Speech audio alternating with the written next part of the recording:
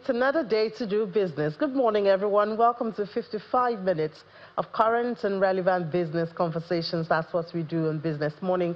And I'm Ini John Mekwa. We start our business as usual from the global oil space, where prices were slightly up after the previous session's rise, as Iran's deadly crackdown on protest quell civil unrest and narrowing chances for U.S. attack on the major Middle Eastern producer that could disrupt supply. So we see the numbers this morning. So yesterday we had it in the red, but it was about $63 for Brent. This morning it's up almost 0.5%, 0.41%, $64.20 a barrel. WTI is also up 0.24% at $59.58 a barrel. Well, Iran's violent crackdown protests that has spurred economic hardship, and officials have given a number as to how many people have been killed so far. From there, we head to the markets in Nigeria. Now we saw a negative close, slightly negative. I mean, not a very big one, 0.01%, almost, uncertain. And then the all share closed at 166,112.50. Equity cap lost 11 billion yesterday. That's kind of minute, not for personals, but for the market, at 106.342 trillion naira. The activity charts yesterday we saw were all green, but I mean, we've seen better numbers than this. Top gainers were Champion, Lotus Shaw, and Learn Africa, while top losers had IMG, HMC Call, and Living Trust. The top trades yesterday, we saw NSL Tech, surfacing in that tech company. But Access Core actually catches your attention because we saw most of last week and even the upper week, Access Core was on the profit-taking side. So seeing more investors put some money right there, yes, he brought it up to top trades and saw it on the gain side. Talking about Access Core. Still in the markets, but not the equity market now, the Debt Management Office has announced that the federal government of Nigeria will seek to raise 900 billion naira through the reopening of 3 federal bonds at its scheduled January 2026 bond auction. According to a circular issued by the DMO, the auction is set for January 26, 2026, with settlement slated for January 28. The offering will include medium and long-term instruments, providing a range of maturity options for investors. The targeted amounts for each instrument are 300 billion from 18.50% FGM bond, February 2031 bond, and then there's 400 billion from 19.00% at the FGN Federal Government February 2034 bond, and then the 200 billion from the 2022 for the 22.60% FGN January 2035 bond. Each bond will be sold at 1,000 naira per unit, with a minimum subscription threshold and incremental multiples prescribed under the auction terms. The interest on the bonds will be paid semi-annually, and principal repayment is scheduled at maturity, offering predictable returns for investors. The DMO has noted that interest earnings are tax-exempt for eligible investors and that the bonds will be listed on the Nigerian Exchange and the FMDQ OTC Securities Exchange to ensure tradability. So you might want to look into that as a possible form of investment for yourself. Meanwhile, the Central Bank of Nigeria has revealed that credit availability expanded across key lending segments in the 4th quarter of 2025, even as financial institutions grapple with a noticeable increase in loan defaults. This is according to the CBN's latest credit conditions survey. According to the survey, banks raised lending to households and businesses during the period, reflecting improved confidence in the economy and heightened demand for both secured and unsecured credit products, consumer loans, mortgages, overdrafts, and corporate facilities for inventory financing. They all saw increased uptake, driven by a more optimistic economic outlook and lenders' market share objectives. However, the report also flagged rising loan default rates across secured, unsecured, and corporate lending portfolios. Both households and corporate borrowers, including small firms and larger enterprises, recorded higher incidences of repayment challenges, underscoring growing financial strain amid ongoing macroeconomic pressure.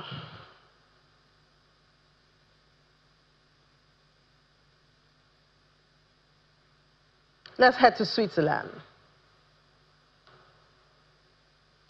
All right, and so yesterday was a big one for Nigeria over there in Davos because the Vice President, Kashim Shettima, reaffirmed Nigeria's renewed readiness and resolve to take its place as an active participant in shaping global economic conversations. He stated this when he officially opened the first ever Nigeria House in Davos on the sideline of the ongoing World Economic Forum. Vice President Shettima said while nations do not prosper in isolation, Nigeria's future growth depends on deliberate, structured engagement with the global economy. It is pertinent to mention that 1 out of every 4 black men is a Nigerian. And by 2050, Nigeria will surpass the United States, will be the 3rd most populous nation on earth with a population of 440 million people. These signals matter because they speak to stability, to direction, and credibility. They reflect an economy regaining its bearings and preparing for deeper industrialization, stronger infrastructure, an expanded digital and services economy, scale climate and energy investment, more competitive trade systems, and greater value creation across manufacturing, agribusiness, technology, creative industries, and export-oriented sectors are no longer aspirations. They are active priorities. Growth is projected to exceed 4% over the coming years, positioning Nigeria for its strongest medium-term outlook in more than a decade. But growth figures alone do not tell the full story. What we are building is an economy that works for investors because it works for its people. An economy anchored on productivity, resilience, and inclusion. An economy that rewards innovation, protects capital, and respects contracts. That is the Nigeria we are presenting to the world through this House. We therefore seek to build stronger partnerships. Well, congratulations, Nigeria, the first ever Nigeria House in Davos. And of course, expectedly, one of those making up the delegates over there representing Nigeria and selling Nigeria is the Honorable Minister of Industry, Trade and Investment, Dr. Jumoke Oduwole. And she joins us. Dr. Oduwole, it's been a busy time for you. But first of all, I guess we have to just say congratulations to you for us, Nigerians, because you're representing us there. But how's it been over there in Davos? Thank you very much. It's been extremely heartwarming to see Nigeria shine on the global stage. Nigerians are really delighted. I think the first thing I should say is that this house, this Nigeria House, it's a pivotal moment for public-private partnership. It demonstrates the renewed invigoration, the trust, and the belief in the Nigerian economy under the renewed hope agenda of President Bola Ahmed Tinubu. And I say this because anyone who knows anything about Davos knows how expensive Davos is, and a house is an extremely important investment. It costs quite a bit of money. And the Nigerian private sector paid for this house in its entirety. It's a public-private partnership that didn't cost the federal government of Nigeria a single dollar, a single kobo, a single Swiss franc. And I think that shows how the private sector is committed to supporting this government in execution of our trade and investment agenda on the global stage. Honorable Minister, that's really interesting. And I don't think a lot of us knew before now that it's a PPP project, talking about the Nigeria House there. So tell us more about this. What are the incentives for the private arm that joined for this. What is the House supposed to serve? How active can we expect the House to be after this meeting this week? Okay. So what it is that a private sector consortium led by Aviola Integrated Services approached the federal government with this idea of having the first ever house in Davos for Nigeria. Now, you would remember that other correspondents had asked me this time last year, when is Nigeria going to have a house? Other countries have a house, and they really wanted Nigeria to have a home this week in Davos. Well, so the federal government, led by His Excellency the Vice President, with me as the lead minister, worked with them to submit their bid and their contracts with the World Economic Forum. And so working together to curate what you're going to see witnessed at the Davos House this week, which started yesterday at the Nigeria House. We have several private sector, like First AMP, that's a platinum sponsor. We have Oando Holdings, several of them. I don't even want to start going into names because everybody deserves a mention, coming together to support that consortium in the fundraising because of their belief in the Nigerian economy. Yes, I can. Now, why is a house important? Hello? Yes, I can hear you. Go ahead. Okay, yeah. So why is a house important? 4, A house is 5. important because it gives Nigeria the opportunity to showcase to investors on a global stage what we have.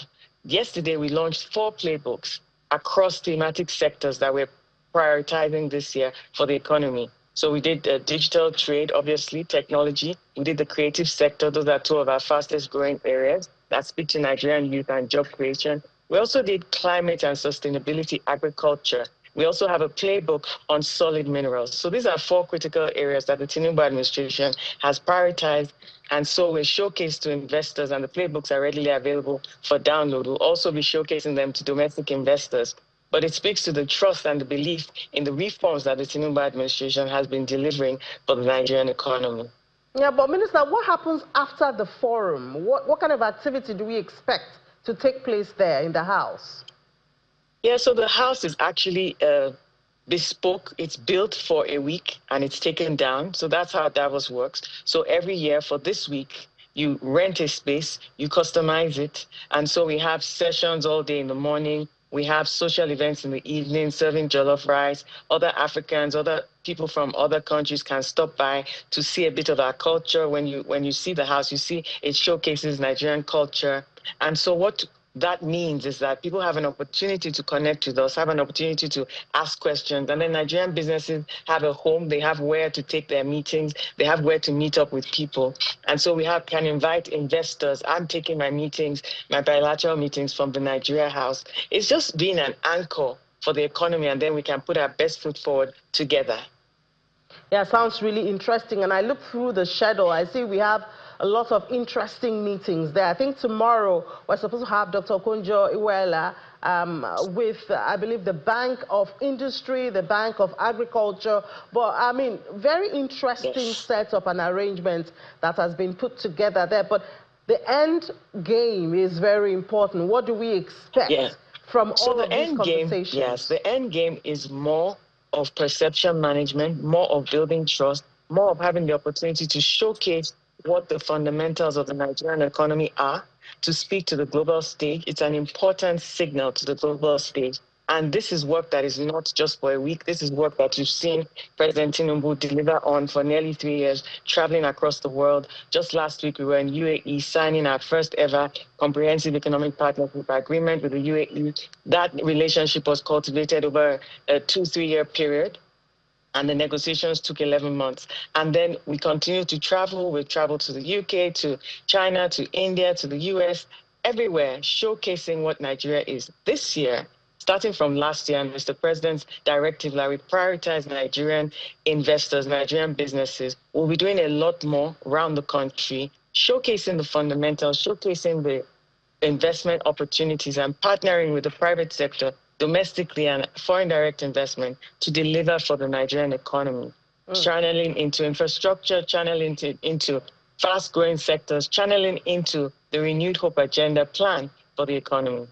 Yeah, and the Vice President did talk about some of those things you've mentioned, but I wonder how coordinated is our presentation? You were there. Of course, the Vice President is leading the delegate, but from the economic team, you are the one leading it. So how coordinated is this package that we're offering at Davos? Oh, it's extremely coordinated. This was also had a big input from the CME, the Minister of Finance. Also, Minister of Solid Minerals, his permanent secretary, was present yesterday. Minister of Science and Tech was present physically. All the ministers and the agencies that are featured in the playbook actually we had heads of agency in the room, from climate change, for Bank of Agriculture. They're here with us in Davos BOI. And so it's a whole of government approach. We even had contributions from subnationals. We also had the validation of the playbook by Nigerian private sector, which is an important step. We had contributions from banks like AFC, who are also sponsors. And so it could go on and on. What this signals is that the Nigerian economy is getting more coordinated, is moving in the same direction, that there's a lot of traction between public-private, the private sector trusting the government, and the government is listening to the private sector, and we're working in tandem to deliver for the Nigerian economy on the global stage. Yeah, just a quick one, Honorable Minister. So you talked about perception, that's the essence of the House, and the coordinated front that we have. So from all of this that you have planned and you're doing there at Davos, at the end of this meeting this week, what word or perception do you think you'll be living with, all attendees and those who have been watching and following Davos about Nigeria? Well, the perception is clear. Nigeria is open for business, but it's not just perception. It also speaks to there are a lot of businesses going on that speak to what sectors, and so transactions, investors are asking questions and getting answers. We're going to be inviting quite a few investors to Nigeria this year, curating visits and making sure that they have the opportunity to go around the country and know what's available. Investors can also use Nigeria as a landing point, their investments for the African Continental Free Trade Area. That's another angle that we're really pushing hard this year. And so all this comes together in a coordinated manner to show people what the outlook is for the federal government and for the government of Nigeria this year. All right, Honorable Minister of Industry, Trade and Investments, Dr. Jumoke Oduwole, thank you so much for your time. I wish you the very best. I just hope we can catch up with you at the end of it and find out how much you have gotten, how much grounds you covered. Thank you. It's been a pleasure to be here.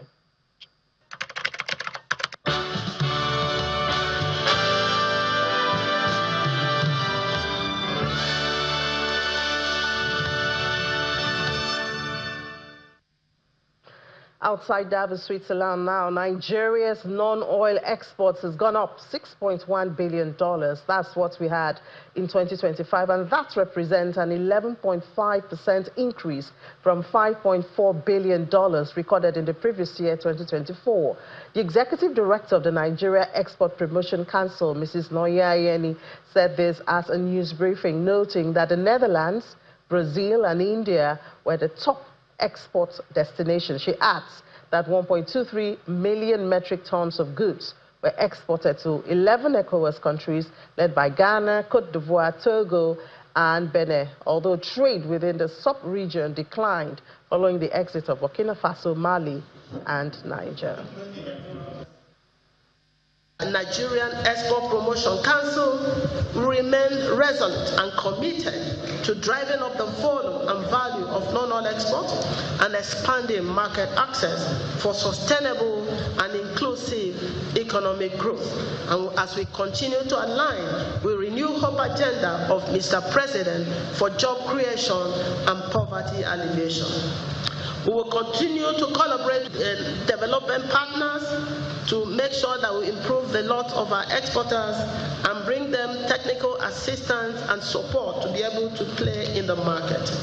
I'm glad to say that in the course of the year, working with ITC Geneva, with the ITC UK Trade Mission, we were able to bring about 10 buyers from the UK, and they interacted with our exporters, and a lot of MOUs and contracts were signed.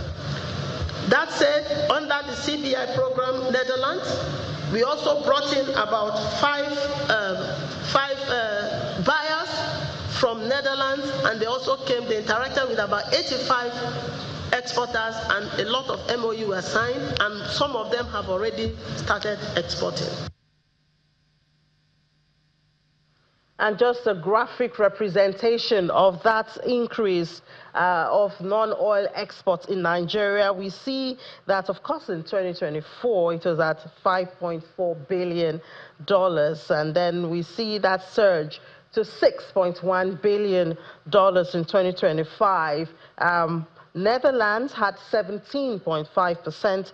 Brazil had 10.4% of all of that, and India 7.6% of that. For volume, we saw volume surging from 7.29 metric tons to 8.02 metric tons. And joining us to expand this conversation is the Executive Director of Nigerian Export Promotion Council, Mrs. Noye Ayeni, joins us from our Abuja studio. Ms. Ayeni, good morning and welcome to the program.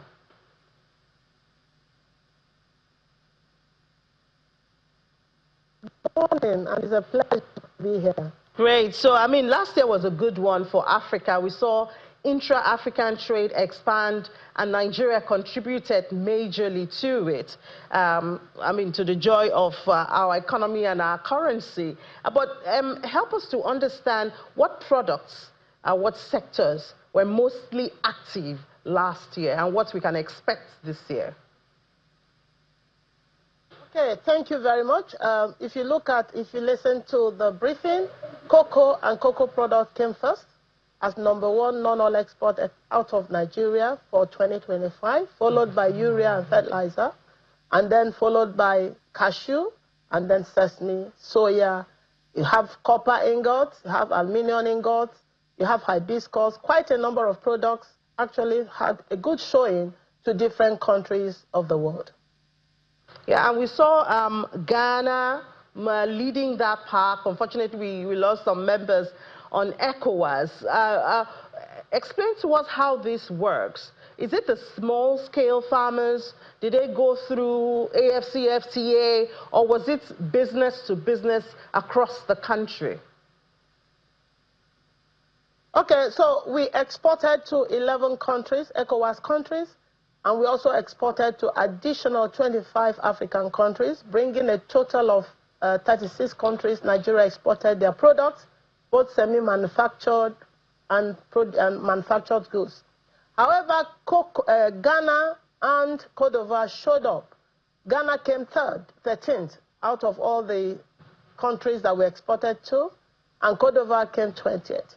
Now we export some items to Ghana and also to Cote d'Ivoire. We exported cocoa, we exported some cosmetics, and we exported some chemicals, foodstuffs, spices. A lot went to Ghana and also went to Cote d'Ivoire. So it also speaks to the fact that AFCFTA, which is a very good platform for Nigerian goods to be exposed to African countries. So that's what it is. What about outside the continent? We exported Nigerian non-oil export to 420 countries. From Asia, we went to Asia, Europe, America, and indeed other countries. If you look at Netherlands was the biggest export-oriented country for Nigeria. Netherlands, we exported cocoa. We also have India. India is in Asia. We also have US. Then you have Netherlands, Belgium. So we exported to other countries, Asia, Africa, Europe, and the likes. All right, Madam, what about the issue of trade tariffs? We know that President Trump, 1 year in office, I believe today, has brought a new look to trade and trading partners. How much impact has that had on Nigeria's exports?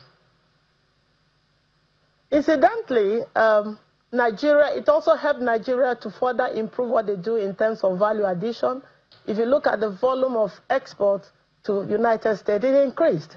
So it helps us to have bigger value addition, and then other products also entered United States. So there was an increase to the United States. Okay, what are some of those products that we export to the U.S.? And you talked about value addition, because we've always been crying about how we are exporting our raw materials. How much improvement have we had in the area of value addition also? Okay, cocoa, for instance, went to U.S. We have cocoa butter, cocoa paste, cocoa liquor. So there are value addition to cocoa beans. We also exported textiles, we exported sesame, we exported hibiscus, and some of them went as tea, the sesame, some of them went as refined, some little addition added to sesame. So there's been an improvement towards value addition, and those value-added products found its way to the United States, also increasing the volume of export that went to the United States. Oh, really interesting there. And do we see Nigeria forging new partners amidst the trade war, maybe gaining some at least? So, can you repeat your question? I said, do we see Nigeria's beginning new partnership with some other countries, maybe pushed or motivated by the trade war, the tariff that is coming from President Trump? Oh, we are trying to expand market access and market linkages. 11 new countries also came in, though some dropped off. So we're expanding market access. We're working on trade facilitation, making exports seamless for our exporters, trying to open up markets, creating a B2B opportunities for them to also come in. And I'd like to also say at this point that a lot of market access activities happened during the year. We're able to go to Algiers, the IATF 2025, where we had a very good showing. We took 75 exporters, and then, of course, we showcase our products and non-oil export to the world, not just only to African countries. We also had countries coming from US, from Canada, and from the Caribbean. So we have the Nigerian non-oil export is gaining grounds to different countries of the world, and we're exposing them, and our exporters are doing great things. What about inward integration? I mean, talking about that issue of adding value. Does the NEPC work with producers, manufacturers back home here to find that, or to help them push one way or the other, adding value to this crop so that we can also expand further? Yeah, definitely. Let me take, for instance, the shea nut. We have a common facility center in Shaki, where we have over 4,000 women having access to that, where they are doing light manufacturing on shea. We're also building the capacity of the exporters, training them and creating the awareness, sensitizing them on the need of value addition. So there are a lot of common facility centers here and there all over the whole place. And then the large exporters, too, have done a lot, despite the headwinds and different challenges, which actually led to the increase in the volume of export. For instance, the cocoa that came first, a lot of it were manufactured goods. A lot of it were value-added products. They are not raw cocoa. They are not raw cocoa beans. So there's a lot going on. The exporters are also adding value to their products. The SMEs are adding value to their products. For instance, hibiscus that I talked about, there's a lot of hibiscus tea going to UAE, going to African continent. We have a lot of shea products. We don't just export only raw shea. We have cosmetics in one form or the other going to different countries. So there has been gradual work towards value addition by the exporters. And Nigerian Export Promotion Council, working with them, creating their awareness, building their capacity, working with various development partners to be able to add value to these products. And I guess we can expect that more on this would be done in 2026. What do you think, what kind of conversations do you think we'll be having at the end of 2026 with the NEPC? Well, NEPC, we expect, like I said, 2026, we see a bright outlook, a very positive outlook, an upward trajectory. We are going to see an increase in volume and value of non-oil exports. So our Nigerian Export Promotion Council will continue to deepen and strengthen what we do by building the capacity of the exporters, equipping them with the tools and skills they require, creating the awareness, channeling their thought process to value addition.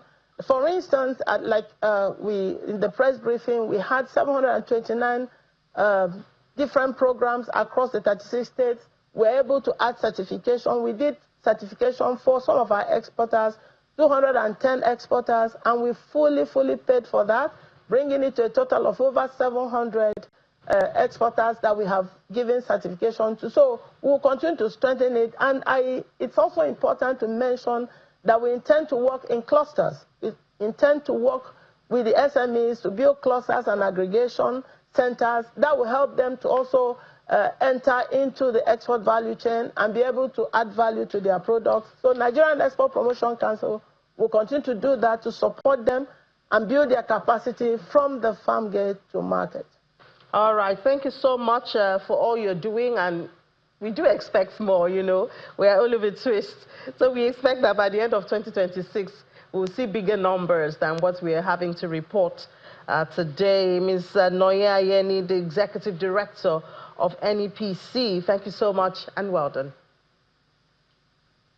Thank you very much for having me.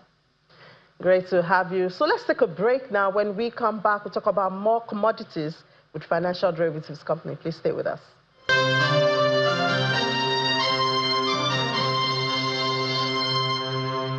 Welcome back. It's still Business Morning right here on Channels Television. Let's see what's happening with the commodities. But first, we'll start from the forecast, GDP forecast of IMF for Nigeria in 2026. It was placed at 4.2 before, but has been upwardly reviewed to 4.4%. And I think for Nigeria, Nigeria's expectation is about 5%. I remember the NESG expect 5.5% growth. So we are more optimistic than the IMF. Dumebi is right here. Dumebi Oluwole, welcome to the program. It will be good to have you. So we are always more optimistic, but at the end of the day, we'll know what the reality is. It's good to be optimistic. It's good to be optimistic. I think there's another body that expects a 7% growth of the GDP this year. Okay. So which one is FDC seeing?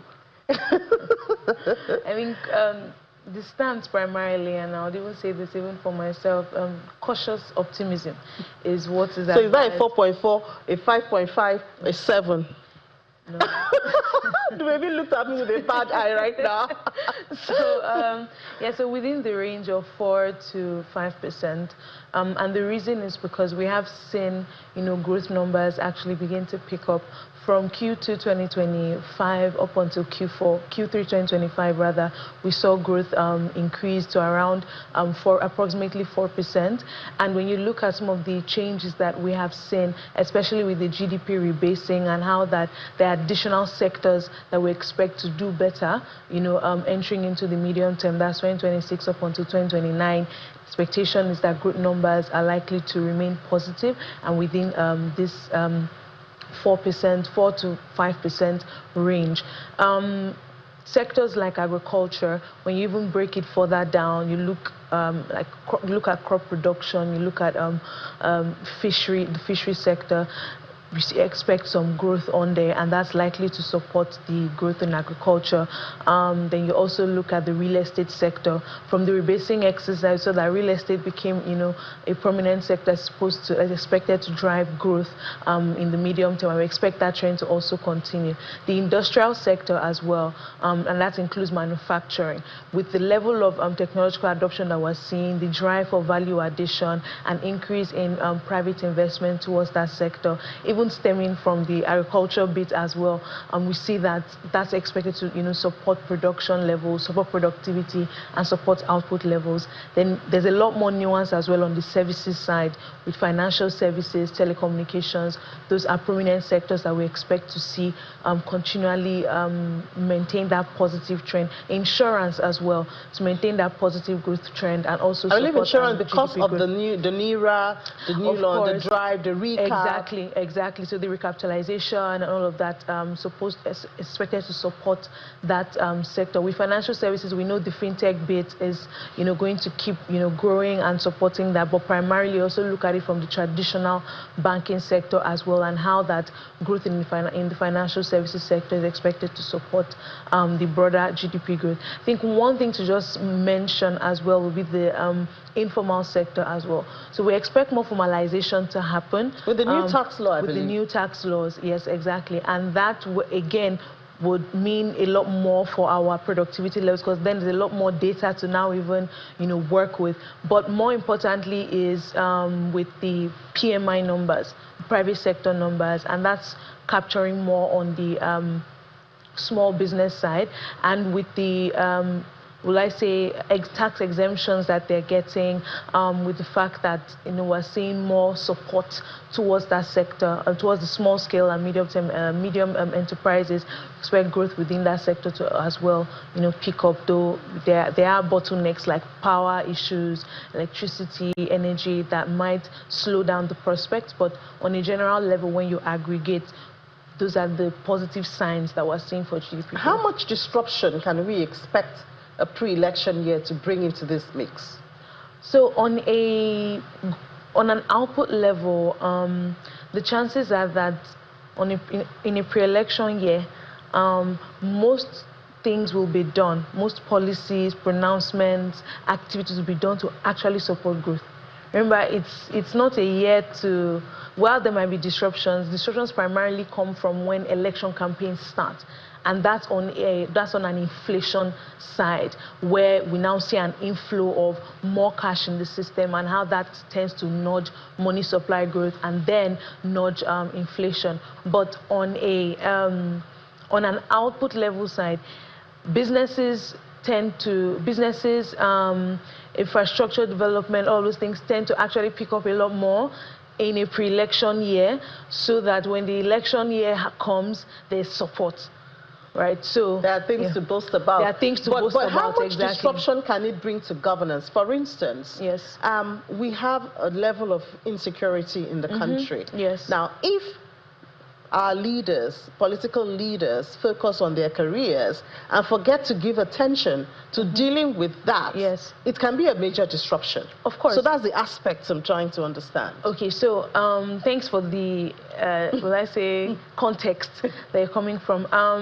I would say that there is typically more drive to somewhat solve, or at least cushion, the impact of such negative,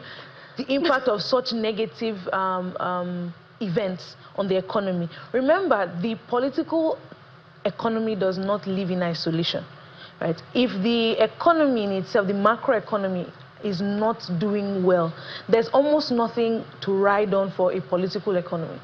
Right, so it does not live in isolation, does not exist in isolation. So if insecurity is a very big problem, if corruption is a very big problem, and those are the things that the political space, right, is envisioning that businesses, investors, consumers would rely on to vote or not to vote for them, chances are that there will be moves to somewhat douse the impact of those disruptions. So whether or not those moves will be sustained, I think that's where we actually even need to focus on that. Whatever is done in a pre-election year, right, to reduce the pain. Exactly. Okay, but so the only fear is the inflation that might come with the cash that might come. Okay, all right, talking about cash now, looks like there's a widening gap between the official and the unofficial market for the Naira. I think as at yesterday, there was a difference of about 71 Naira. I hope we're not going back to the olden days. No. I think that gap would begin to narrow as we get into the year. Remember that we're coming from the high peak of the December period. There's a lot of demand for foreign exchange, both on the parallel side and even on the official side, but primarily even on the parallel side. Reason being that most people needed that exchange, on the ground. A lot of public holidays, a lot of enjoyment, and so we saw a lot more demand. Exactly, a lot more demand on that side. So now that we're back to the cycle of the fiscal cycle, right? There is also still that typical lull in business activities in January. So we expect that as we get into the peak of economic activities heading into February, that gap would begin to narrow. And the fundamentals are also back in when you look at our reserve levels, the fact that businesses are going to continue their operations, and primarily that formalization in our exchange rate system is still very strong.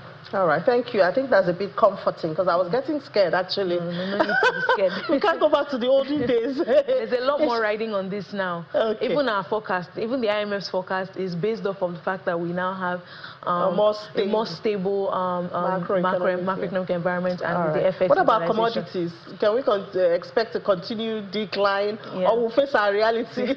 Well, I mean, I will say this, that the typical seasonality, that happens with our commodities market, we have not seen that trend dissipate, and expectation is going to continue.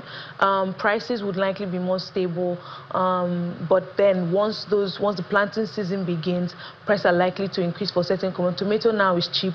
People are stockpiling now, buying a lot more now. The expectation is that very soon, once the planting season for tomatoes begin, prices would likely increase, right? So there's that cycle that's ready to continue. And like you rightly said, insecurity is still a very, very big issue impacting our commodities market. We're also seeing a lot more formalization and partnership, and I would say this is backward integration now that is happening. So we're seeing companies partner with farmers to ensure that, whatever products they can get locally, they're sourcing locally first before even now, demanding from the international market to, of course, encourage more production, encourage farmer and also income, reduce their capital cost. Exactly, reduce their capital cost. All right, Dumebi, thank you so much for giving us those highlights. Manager, Financial Derivatives Company, Dumebi Oluwole, thank you for coming. Thank you for having me. Let's take a break. When we come back, we'll go global. Please stay with us. Yes, it's time to go global. A face we haven't seen in daylight for a long time. Will Ibong, always on the night shift. You make me out to be a vampire. No, something like that. Oh my goodness, because you always see her only on the afternoon shift for News at 10, and we're able to drag her today. Maybe we should just jump for joy. Oh yes, please. That we're able to have you on the morning program. Definitely. I'm sending to Davos. Maybe there I'll be permanently on the morning shift. But anyways, let's just kick off with what's happening in the global space. You see the UK's labour market continuing to show signs of weakening as unemployment remains close to its highest level in nearly 5 years and wage growth slows. And that's according to the latest data from the Office for National Statistics. Now, official figures show the unemployment rate holding at around 5.1% in the 3 months to November 2025. That's a level last seen in early 2021 as employers shed jobs and hiring activities softening. Now, wage growth has also decelerated, with regular earnings rising more slowly than in previous months, adding to indications that labour market's earlier resilience is fading. Meanwhile, UK's Chancellor of the Exchequer, Rachel Reeves, is pledging to refund visa fees for some global businesses on Tuesday. That's today, as she flies to the World Economic Forum in Davos, aiming to showcase the UK as a haven of stability, despite Donald Trump's latest tariff threats. Now, the Chancellor, who will be accompanied by the Business Secretary, Peter Kyle, will hold a series of meetings with business leaders at the annual gathering of the global elite in the Swiss Mountain Resort. Now, she will announce tweaks to the visa regime aimed at encouraging trailblazer businesses to bring highly skilled staff to the UK, including refunding fees and speeding up the time it takes to qualify as a sponsor of migrant workers. Now, see what Donald Trump is doing. He's saying Greenland will be a topic of conversation at the World Economic Forum in Davos this week, underscoring his administration's controversial push to address the status of the Arctic territory with global leaders. Trump told reporters that the United States views Greenland as very important for national and global security, and that he expects to talk with various world leaders about the issue on the sidelines of the summit. Now, his remarks come amid heightened diplomatic tensions with European allies, particularly Denmark, which governs Greenland and other NATO members, after Trump argued that Denmark cannot adequately protect the territory and signaled that discussions on its future would feature prominently at the forum.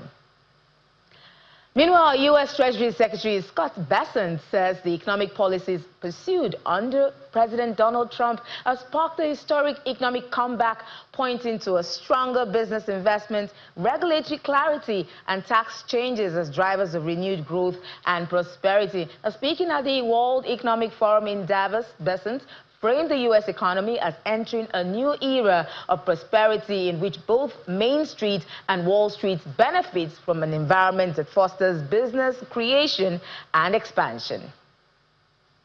Now let's head over to Asia and see the People's Bank of China has left its benchmark loan prime rate, that's the LPR, unchanged as expected on Tuesday, even as the country grapples with cooling growth and a prolonged debt crisis in its real estate sector. The central bank left its one-year LPR at 3% and its five-year LPR at 3.5%. The move is the 8th consecutive month of no changes to the LPR, with the rates remaining at their lowest levels. Now, yields on Japan's 40-year government bonds surged above 4%, a record high for the ultra-long maturity, as financial markets react to heightened fiscal uncertainty following the announcement of a snap election. And the yield on the 40-year Japanese government bond, JGB, climbed past 4% on Tuesday, the first time it has reached this level since its debut in 2007. And the record jump in yields follows Prime Minister Sani Takaichi's decision to call a snap general election for February the 8th, 2026. Now, a move that has put economic policy and fiscal strategy at the center of political debates. And let's head now to Germany, where producer prices in Germany declined by 2.5% year-on-year in December 2025, marking continued downward pressure on industrial inflation, according to data released by the Federal Statistical Office. And the annual drop in producer prices, which tracks the prices domestic producers receive for goods and services, was in line with market expectations and represents one of the most significant reductions in recent months. The latest figures suggest that Germany's manufacturing and production sectors ended 2025 in a climate of subdued price pressures, even as broader economic indicators show mixed signals for growth and demand.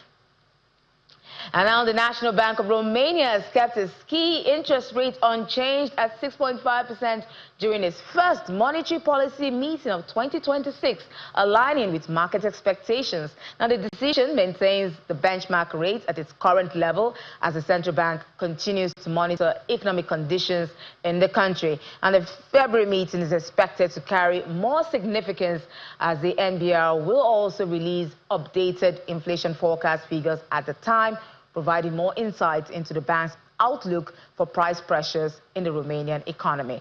And those are the stories we have from the global scene for today. We'll have more for tomorrow. Stay tuned. Thank you so much. We're certainly looking forward to tomorrow, when we can have you in the morning again. Just before we go, I'd like to take you to the market. 0.02% has been shed off the all-share index at Nigeria's equity market in early trade, even though the all-share is still on the 166,000 level. It's on 166,080.74 this morning. Yesterday we closed negative, not threatening, just about 0.01%. This morning, however, that has deepened to 0.02%. We hope that Will Ibon, it's Ladi that will be coming for Business Incorporated. I hope he comes bearing good news with recovery in the markets, no matter how small. And that's it on Business Morning. Thank you so much for being a part of the program. We'll do again tomorrow at 10 a.m. when we'll take you around the world of business in 55 minutes. I'm John Mekwa saying just go out there, make some money and investment. Bye-bye.